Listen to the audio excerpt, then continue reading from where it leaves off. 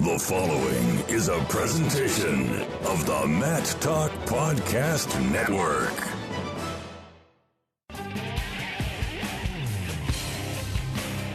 It's time for the Guillotine Grapevine, a podcast for the land of 10,000 wrestlers. 10,000 wrestlers. Now, here's your host, award-winning wrestling broadcast journalist, Jason Bryant. Special edition of the Guillotine Grapevine on location here at Pinnacle School of Wrestling, and now it's New Digs in Roseville. And Griffin, you were at the old place in Shoreview for a bit. What do you think of the new place? This new place a lot bigger, a lot nicer, got better locker rooms, way better. We actually didn't even introduce her. We're talking to Griffin Parriott, who's from New Prague. Brady Berge from Penn State via Casson. No, you got two guys that are Minnesota guys coming back to work out in the club, and you're both wrestling at the Midlands next weekend. Correct, yeah. Midlands. At the same weight class. Same weight class. And you're working out today. Yeah. It's all about getting better. Brady, let's talk a little bit. This is your true freshman year. This is your first experience in college wrestling. What have been the first couple months like for you? It's been great. I've definitely made jumps in my wrestling, and fast too. But it's definitely different compared to high school. I've only had one competition. Competing, it's wrestling, so I mean that's the same, but it's definitely a new level. But I'm excited for the future. I'm excited for the present, and I'm getting better, and I'm happy. What did you learn during your redshirt year, Griffin, that has really helped you as you're thrust into the starting lineup this year at Purdue? I kind of learned difference from big difference from high school to college is guys are gonna make you fight for every point. So high school, you get down a good shot, it's kind of you're gonna score, but college they're gonna make you work for every point. That's probably been the biggest change I've noticed. That and the 7-minute matches kind of takes a little time to get used to. I noticed that really my first tournament last year during my redshirt year. What's the difference now that going through making the weight tournaments as an open, you're kind of on your own? Yeah, you can get some club guys to help you out, or somebody can kind of sit close to the corner. But when you're putting on that Boilermaker singlet, you get the 1 hour dual meet weigh in. It's not just kind of on your own. You're part of this team. What are the differences in competing from a red shirt in open tournaments to being in the lineup? One of the biggest differences I've known is just getting ready on the redshirt tournaments. You kind of go there, you're on your own, you're warming up on your own. When you're competing attached with your team, you're kind of all together. You prepared a little better. The coaches are a little more on you. It's just a little more organized and a little more structured. Structure, something Cale Sanderson preaches a lot of at Penn State. What is the wrestling part of it you've talked about to get your feet wet, but what's the structure of that program been like for you and being so far away from home? They're very inviting, and it's been a really smooth transition for me. I was out there all summer long too, so that helped. But it's they're there for the red shirts too, and it's not just the 10 guys in the starting lineup. I mean, it's everybody in the room, so they hold you accountable, in which is good for me, and it's good for us redshirt freshmen at Penn State. But it's been a great transition, and I'm happy with it.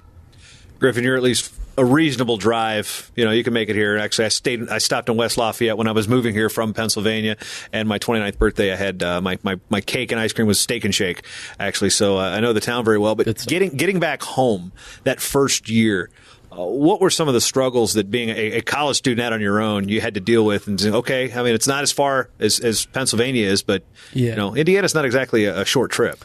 Yeah, so I kind of figured whether I'm 9 hours away or whatever, Penn's 12, 13, 14 hours away, either way I'm going home the same amount of time.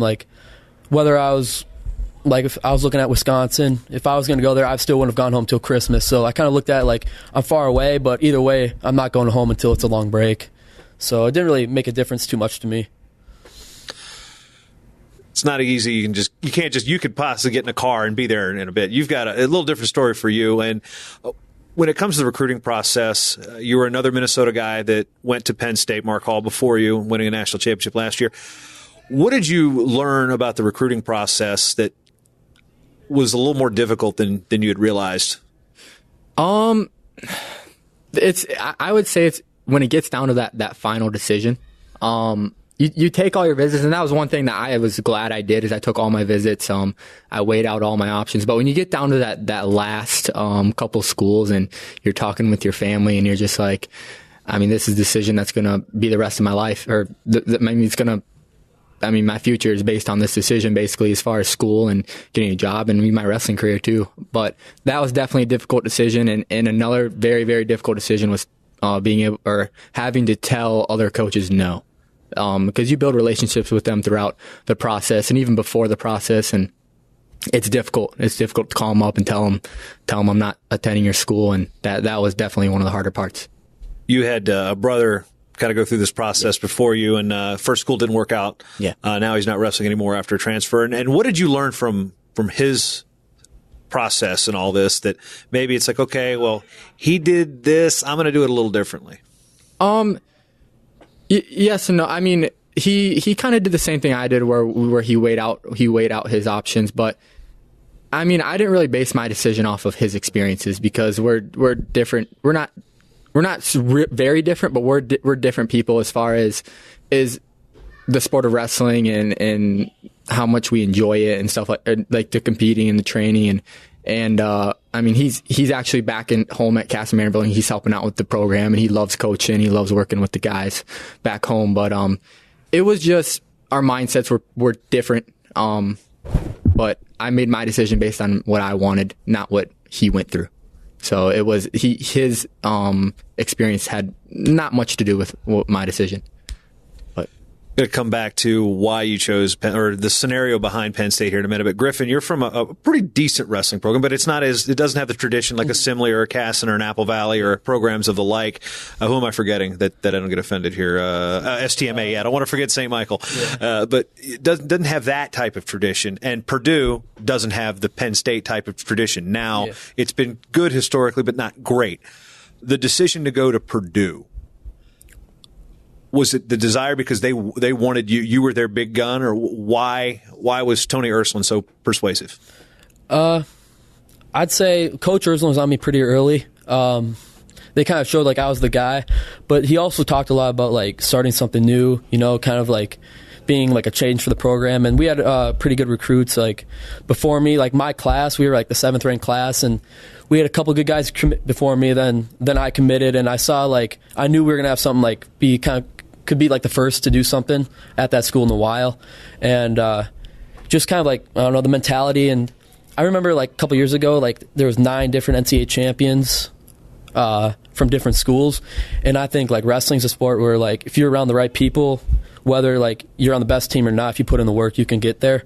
So I thought it would be cool to like do it at a school where like you could be the first to kind of do something, change the program. So that's kind of like one of my main decisions why. Looking back at this season already, you guys had a pretty resounding win over North Carolina to start the year, and people are buzzing about North Carolina because they just beat Nebraska and then lost on criteria to Northern Iowa. You guys beat them pretty good. What is starting to come together there in West Lafayette? I think we're all just kind of starting to believe, like, the guys that were there before us, they were never really on too good of a team, but now we're all kind of like working together. We're starting to see like we can take out those good teams, and I think it's just kind of like been a confidence booster. And we got good coaches that are like telling us like we're working as hard, or not, if not harder than everyone else. So like, why not us? Why not now? Type of mentality. What happened at Central Michigan? Like, because that Michigan, looked on paper wasn't close. Yeah, I didn't actually wrestle in that duel. I've been sick a little bit, so I was out a little while, but we just didn't come to wrestle. Coach was pretty mad about that. We had a good talk about that, and we're kind of like hoping we can kind of use that as fuel going into Midlands. Now, Brady, back to you. Casson, solid program, good tradition, got some state titles there. You guys know how to wrestle. Coach knows a little bit about wrestling too. Penn State, bunch of national titles in a row. Had 5 champs in a row last year. That hasn't happened in freaking ever. Actually, I think 5 in a row I don't think has ever happened, but 5 champs has happened like once or twice ever. Going from a program that knows how to win to a program that knows how to win, how has that transition been, and how much of a factor was a team's overall success versus what a team could do for your individual success playing a role in that choice? Oh, yeah. I mean, it's just like you can't, like, it's hard to compare college wrestling and high school wrestling, but it's just that jump up. But I mean, I like the success from team aspect. When I was in high school, I always took the team first. I mean, I would do whatever to help my teammates, to help them win and to help us win state championships. And I've taken that mindset into college too. And even the guys in the 10 guys in the lineup right now, I'm there whenever they need me to be for an extra workout, whenever they need help after practice, or they need a drill after practice or before practice or something. But the team aspect, I've always been a team player, but it's I'm excited. I'm excited to move forward from my redshirt year and get into the lineup and help contribute to a team title, because I always like to win individually, but I always like to win team too, because it's just that more exciting when the people you train with, the people you're close with, win too, and you win too. So it's a good deal, but yeah. When you broke on the scene, I remember I was new up here in Minnesota actually for the second time, and as an 8th grader, you win the Minnesota Christmas tournament. You beat a pretty good guy, Kyle Gleaver, right? Yep. And that was like one of these arguments. I was actually talking to you about it before we started, about, no, we don't rank 8th graders. And it was one of those like philosophical discussions about high school rankings. But that was the moment I'm like, ooh, okay, 8th grader. Okay, this is one of those, yeah, okay. Mm-hmm. Then I'm curious. My curiosity was, okay, he's good at he's at this good as an 8th grader. How good can he be? How good do you think you can be? It's anybody's mindset is you can be as good as you want. And it's your decision, you make the choice whether you want to be the best you can be, and it's not only like in the wrestling room, but also outside the wrestling room, and the mindset you have outside the wrestling room, and whether you decide you want to be the best you can be, which is, sky's the limit for anybody. As long as you work hard and you're coachable and you wrestle for the right reasons, or you compete for the right reasons, and in my opinion, I compete for the right reasons. I'm a coachable kid and I work hard, so I think my sky's the limit and I can be as good as I want to be. Griffin, your progression, not quite as matter of fact, as wasn't like 8th grade, who is this guy? But, you had pretty good gains during your high school career.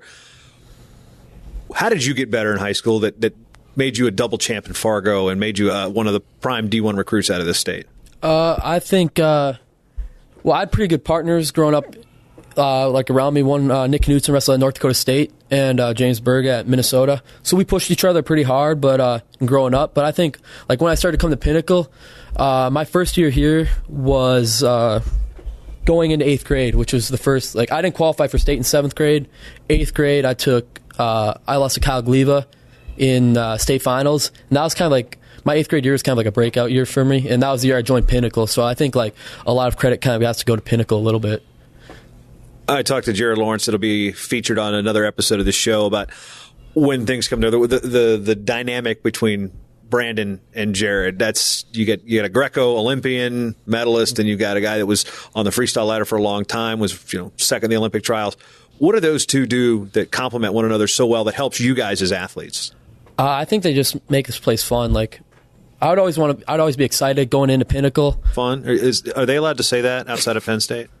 We'll talk about that. Continue. I think a lot of people, they dread going into practice, but when you come to Pinnacle, it's a lot of fun. They mix it up good. A lot of and the technique's always different. Brandon's working underhooks, stuff like that. Jared's working low ankle shots.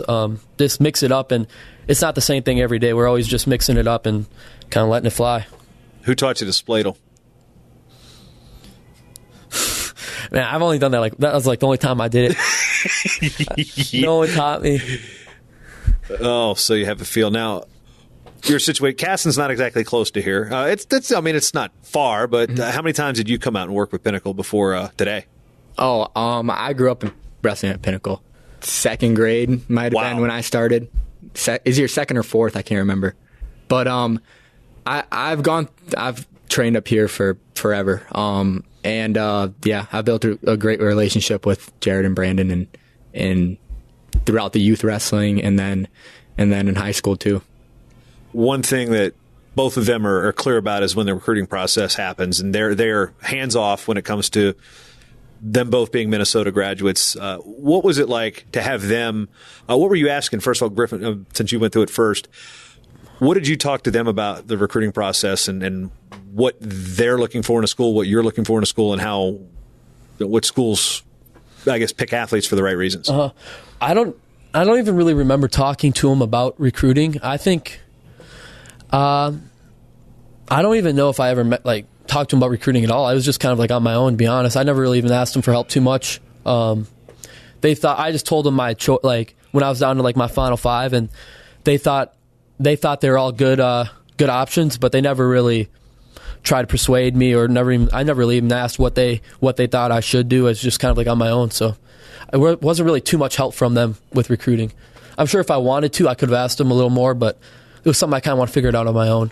So it shows they were hands off. Same thing with you? Yeah. Oh yeah, they were very hands off. I mean, if I had a few questions here and there, and they would answer them honestly. That's how my coach back home was too, and Jared and Brandon is how they are too. They're honest people. Now, being from Minnesota, being a Minnesotan rather, I'm a transplant. I'm not originally from here, so I don't have that. The Gophers are Minnesota wrestling here. Both of you guys left. Brady, I expect you probably caught a little bit more going to Penn State than you did at Purdue. But what were some of the things that you wanted to tell people that say, why didn't you pick the Gophers? Why didn't you pick the Gophers? What are some things that it's not why I didn't pick the Gophers, it's why I chose Purdue? I'd say I just connected a little better with the coaching staff there. A lot of kids I know that go to the U, they go there because it's a U. I've been watching them my whole life, but I never really had that I have to go to the U. They've been my favorite team growing up. It was just whatever's the best fit for me. But I'd always when I committed my summer year, going in my senior year, I always at the tournaments that next season I would always get a little crap from parents and guys why didn't you choose the Gophers, or should go to the U, or I get some messages and on Facebook and stuff from especially the older crowd of parents I'd see, they're more on me than the actual kids. And kids my own town, New Prague parents and stuff like that would always ask, why didn't you choose the Gophers? But it was just more connection with the program at Purdue than anything. Minnesota went through this year before you. Mark Hall went through this. Did you have any discussions with Mark after you made your decision on what type of things he was dealing with, and how to maybe deal with some blowback? No, not too much. It was just, the University of Minnesota has been great to me when I grew up. I wrestled up there quite a bit, especially actually after I broke my leg my junior year, when I was coming back to wrestle in the Who's Number One event in Super 32s. I trained up there quite a bit, and they were awesome to me, and they're a great program. They're great coaches. They have great guys on their team, and but it was just, it was my decision to make, and I made the decision that I thought was best for me, and my family helped me. But no, I never had any discussions with Mark about it. It's just, and me and Mark are probably the same way, where it's whether people are upset or not. It's not their life. But no, I have the utmost respect for the University of Minnesota and their wrestling program and everything they stand for. They're great people, and but it was just my decision to make, and I think I made the right one. You guys started talking about the recruiting process yet? Have we started? Now, as we go to, you said the F word earlier. You said fun.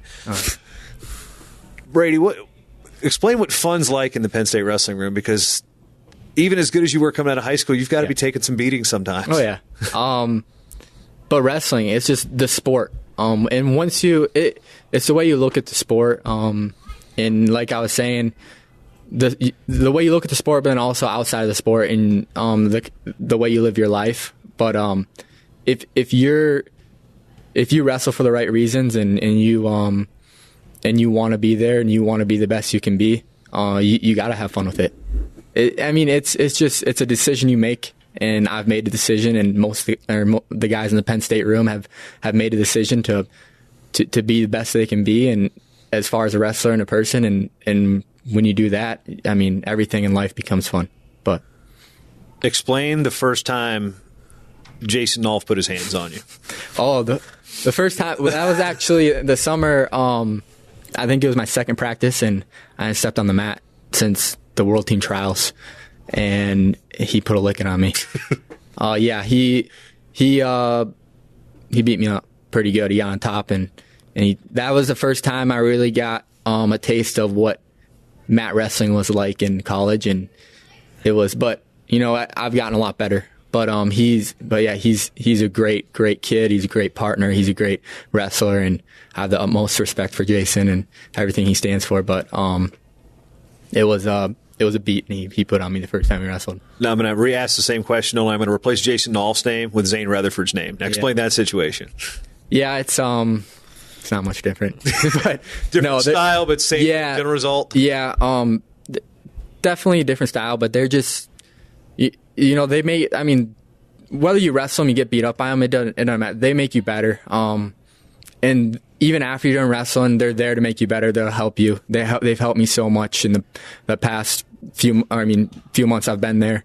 But they're unbelievable wrestlers, unbelievable people, unbelievable teachers of the sport too. And I'm very, very happy I'm around them and the coaches in the room and the other wrestlers in the room. Switching to your situation at Purdue, didn't quite have the hammers in terms of the lineup coming in, but there were some guys that knew how to win when you got there. Kendrick Maple was there when you got there, and now AJ Shop has come in. What has AJ kind of maybe taught you, perhaps by force, about the top position? I'm a little bit bigger than him, but it didn't really make a difference. That's what I was kind of wondering. He was able, it's just like a type of ride that he does, just something I've never felt in my life, and I haven't wrestled him too much, but when he does, it's something different that I've never really felt. He kind of the shin on the forearm, and he's got your head buried in between his legs, and it's no fun if he gets to that position. When you go into the room every day, who are you mainly drilling with, training with? Who are the guys that give you the best goes in the room? So I go with Jake Soufflon. He was never All-American, but he beat a stupid amount of All-Americans. Disgusting amount of I think he beat 17 All-Americans, but he got a lot of injuries in the NCAA tournament. I wrestle a Shop. I'm trying to think here. So I'm trying to think of the guys that are weight. So Jake Soufflon and those two are probably my main partners. Then Parker Phileas. He was Montana. He's redshirting this year. He'll be probably 49-pounder next year. He's pretty good. Just kind of, anyone who's around those weights. You brought up the broken leg. That's the last time I actually saw you compete at the state tournament, and there's a year you win the state title in 10 seconds. Was it? Because, I graduated. Ahead. That was your junior year? Yeah. Okay, that was, yeah. I'm coming down, and actually Cale was there, so I'm basically kind of shielding him from some of these strokes of people, and then I look down, and all right, Parriott's up. Now look up. It's over. And for some reason, I think I just also finished. I talked to it was one of either McKee or somebody back there that I was talking to. And I looked up, it was over. And I'm like, what? And then right before or after that, you come down to the seats and you get an ovation from the Excel Center crowd. And I'm like, what's going on? And they're like, there's somebody pointed out, Berge is over there, and you got your crutches on, and you got an ovation for just coming into the building from the Minnesota wrestling community.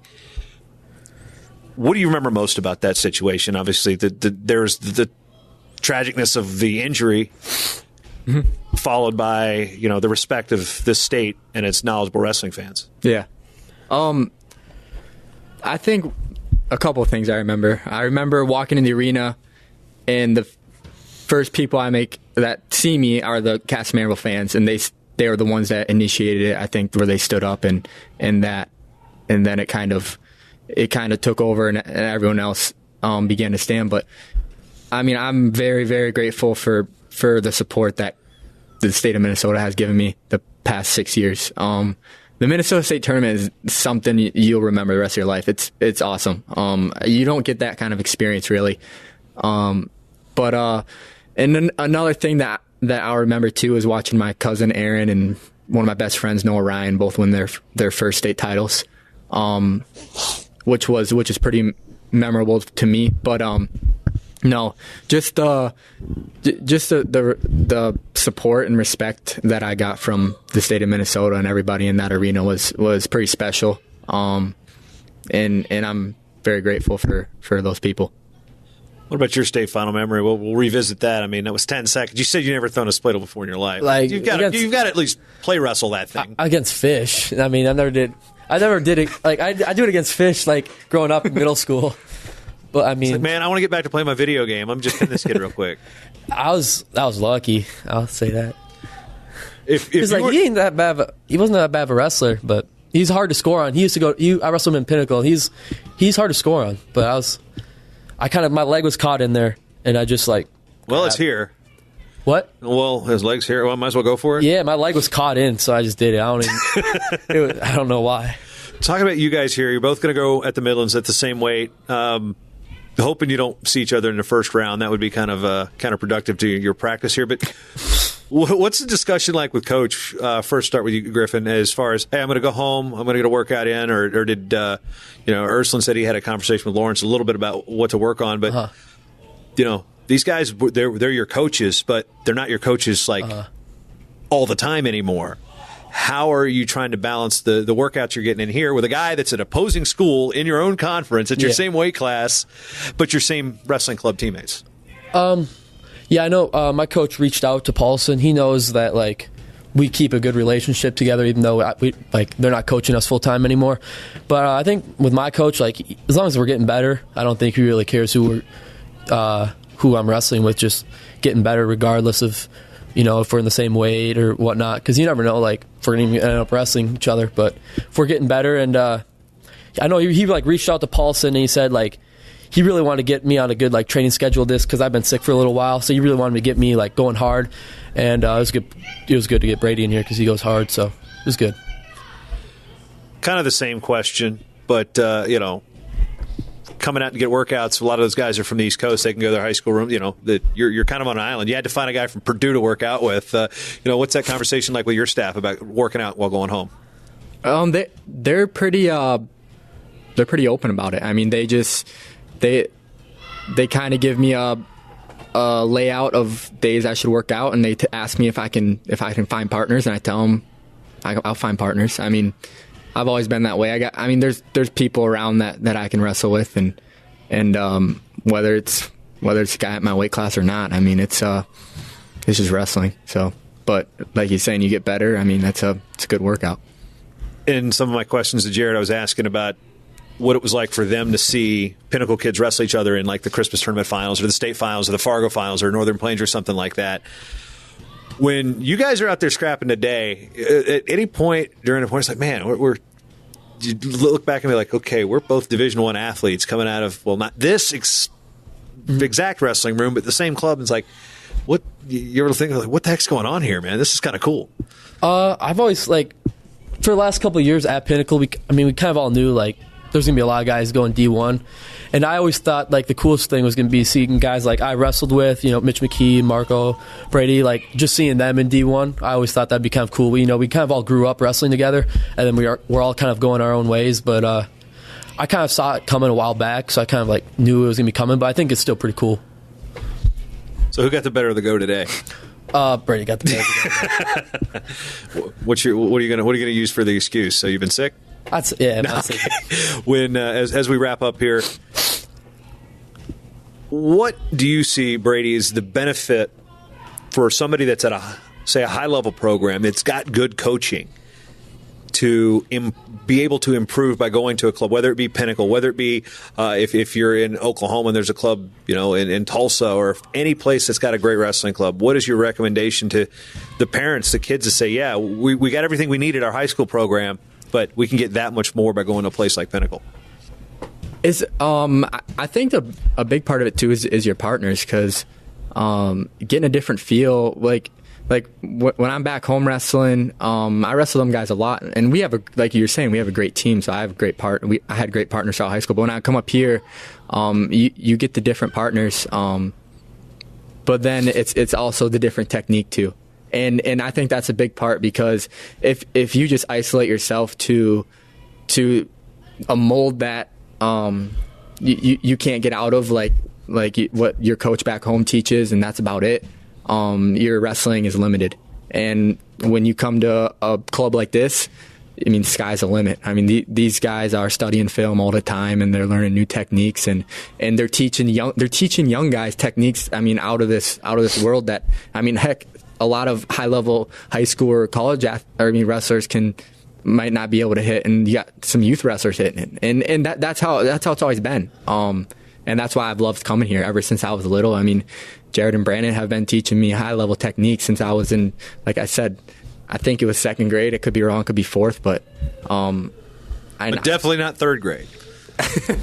Third grade. But yeah, it was. It's great to get out and experience that stuff, because the more experience you have, the better you'll be.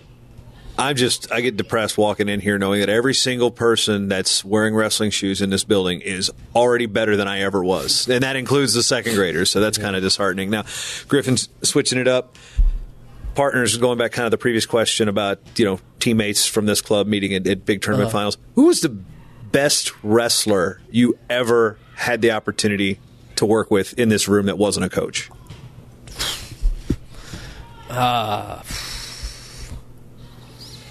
Like older guys when I was younger, or any the one wrestler that when you talk about Pinnacle and be like, I got to wrestle this guy at Pinnacle, whether it be 10 years from now, dude, that time me and Brady were working out before Midlands, and then we met in the Midlands finals. Wasn't that crazy? See, it's hard to tell. I'm trying to plant that seed. That would be really cool. It's hard to tell right now because make this interview a lot better too. It's hard to tell right now because I think the best guys that I will have ever wrestled are gonna be the guys that are my age. Because I think we're like my age, Brady's age. We were kind of I'd say probably more of the elite class of Pinnacle. There was good guys before, like Kyle Gleva. I'm trying to think of other guys. His name's come up 3 times on this show already. Yeah, Kyle would beat me, but I think our class guys like Mitch McKee, Brady, Owen Webster, all those guys. I think those guys or myself, we could all end up being the best guys we wrestled, but it's still early on. You know what I mean? Final questions. Aspirations this season, aspirations career. Obviously, your summer didn't go super well with the freestyle side of things, but there's those Olympic aspirations, I assume, for both of you. But as far as this season, you're in the lineup. You've got a chance to compete at the NCAA championships this year. Goals coming in, goals where you're at now. Where are you looking at the end of the season? My goals this year is to get as high on the podium as I can. I think probably my goal this year is top 3. All-American, obviously, which is kind of like a given, but top 3 would probably be a pretty realistic goal for me. Brady, as you get a redshirt season, a lot of things got to happen. Some bad things probably got to happen for you to see the lineup this year. And from a Penn State situation, nobody probably wants to see that. But goals coming into this year, what were you looking to get out of your redshirt year, and what are you finding that you're getting out of this redshirt year? I think goals is, as far as wrestling is to be able to, by the end of the season, be at that level of being a national champion as a freshman. And that's where I'm striving, and I'm on the track, and I feel myself I'm on that track. But learning how to compete with my best effort and being able to wrestle, not just to win, to wrestle hard, to be happy too, and that's important. When you're happy, you compete hard, you compete for your teammates, for your coaches, for your family, and that's one thing that I've gotten better with. And maybe in high school I struggled with a little bit, was I worried a little too much about winning instead of the effort I give in my matches, and that's something that's a goal that by the end of the season, that's what. And when you have that kind of mindset, you wrestle a lot better. And so that's something I've been working on. But definitely, and my coaches keep telling me by the end of the season, you want to be at the point to where you're ready to compete for a national title next year. And hands down, and that's what I'm on the track for, and I feel like I'm getting there. Griffin Parriott from Purdue. You got something else to add? No. It looked like you had something to jump in there. By the way, the water bottle here says Laval sucks. I want to. I like Laval. He's a good guy. Hey, he's the only chance I get to mention Old Dominion on the show is because he started out there. He's easy to make fun of. I remember at Fargo. He's a Bills fan, of course. I was all over him in Fargo. Fargo camp specifically. That guy, he'd get bullied by the little cadets. Cadets would always be picking up. Be like, who's that ugly girl behind me? Oh, it's Laval. The bad man bun. It wasn't he had the headband in. Oh yeah, I remember that. He had some long hair. Yeah. All right. Anything final thoughts to add, Brady? I'm good. Like I said, interesting Minnesota Guillotine Grapevine podcast with Purdue and Penn State. Good luck to you guys this season, and I'll see you in about a week at Midlands. Yep, sounds good. Thanks. Thank you.